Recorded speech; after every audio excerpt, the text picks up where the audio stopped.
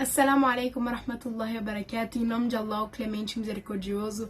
Louvado seja Deus, Senhor do Universo. Que a paz e a bênção esteja com o nosso querido e amado profeta Muhammad sallallahu alaihi wasallam, seus companheiros e seguidores até o dia do juízo final. Este é mais um vídeo respondendo perguntas sobre jejum. Primeira pergunta: o que significa o vômito? Significa a saída do que está no estômago e tem efeito sobre o jejum. Segunda pergunta: qual é a evidência de que o vômito quebra o jejum?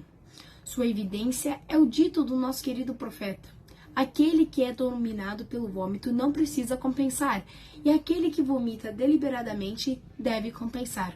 Narrado por At-Tirmizi. Pergunta número 3. Qual é a declaração do hadith anterior? Sua declaração que é quem vomitou de propósito. De qualquer forma, ele deve compensar, mas se vomitou sem querer, não deve, porque ele o fez sem vontade. Pergunta 4. E se ele pedisse o vômito, mas não saísse? Se ele sabe que vomitar quebra o jejum, então ele pretendia quebrar o jejum, e as ações são julgadas pela intenção. Pergunta 5. Uma pessoa em jejum vomitou e depois engoliu um pouco de seu vômito sem querer. Então qual é a decisão sobre o que ele fez? Isso não invalida seu jejum e ele não precisa compensar. Sexta pergunta. O que significa hesitar em jejuar? Significa a ofensa com a intenção de realizar o jejum. Pergunta 7. O que os estudiosos disseram sobre isso? Foi relatado por Al-Athram, não faz parte da obrigação até que ele esteja determinado a jejuar o dia inteiro. Pergunta 8. O que é mais correto nessa decisão? O mais provável, e Deus sabe o melhor, é que o jejum não é invalidado pela hesitação. Pergunta 9. Qual é a decisão sobre quem hesita em quebrar o jejum na ocorrência de algo?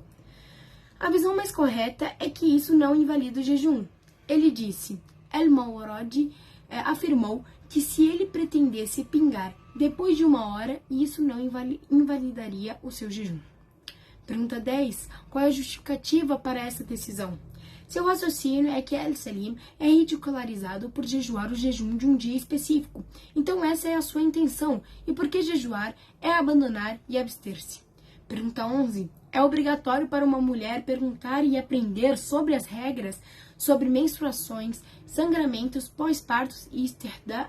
Sim, porque não existe mulher adulta que não seja repreendida por esses assuntos, principalmente a menstruação, e sabemos que não se pode ter vergonha alguma em querer aprender e em buscar informações.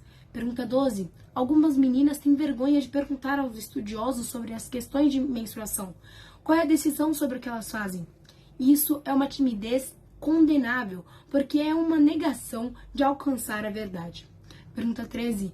Qual é a decisão sobre o jejum para uma mulher menstruada ou para o parto? Pós-parto também. É proibido para ela jejuar, tanto obrigatório quanto superrogatório, porque o profeta, que a paz de Allah esteja sobre ele, disse: não é que quando ela menstrua, ela não reza ou jejua? Bukhari, narrado por Bukhari. Que é, se uma mulher menstrua, ela não precisa jejuar, orar durante o período menstrual. Pergunta 14. Uma mulher menstruada tem que compensar depois que a menstruação termina? Sim, ela apenas compensa o jejum. De acordo com o hadith de Aisha, que Allah esteja satisfeito com ela, ficamos satisfeitos com isso, significando a menstruação. Então somos ordenados a compensar o jejum e não é ordenado a compensar a oração. Pergunta 15. Quando uma mulher menstrua, gasta o que sobrou do jejum no Ramadã, ela pode compensar o jejum em outros dias, como o doente, e depois do Ramadã.